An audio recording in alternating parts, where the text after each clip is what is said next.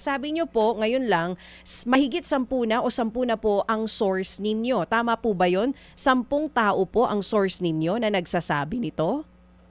Opo, hindi ko po nabilang exactly, pero basta marami pong mga nagsasabi ng iba-ibang mga pangalan sa DPWH na may mga connection at nakipag-meeting sa mga contractors.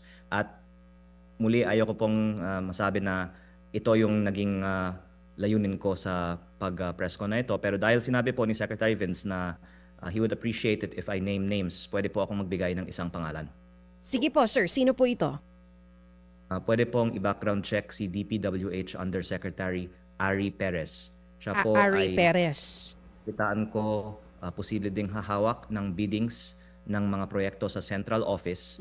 At tingnan po, kahit yung background lang niya, hindi po ito ayon sa layunin ni Secretary Vince na masabi natin na malinis na ang bidding sa DPWH. Ano pong kaugnayan ni Ari Perez? Meron po siyang kaugnayan sa contractor, kamag-anak? Ano po mismo? I don't want to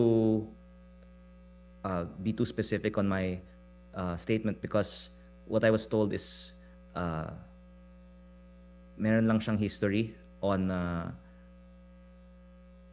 procurement na baka hindi siya bagay na humawak ng bidding ng buong DPWH.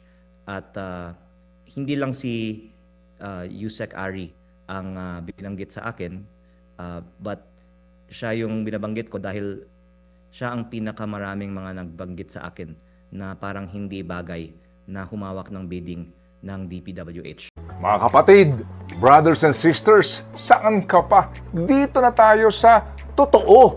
Dito na tayo sa True FM. Mga kapatid, mag-subscribe and follow po kayo sa social media accounts ng True Network PH. Yan po kami. Hanapin nyo lang True Network PH, Facebook, Instagram, YouTube, TikTok, and podcast.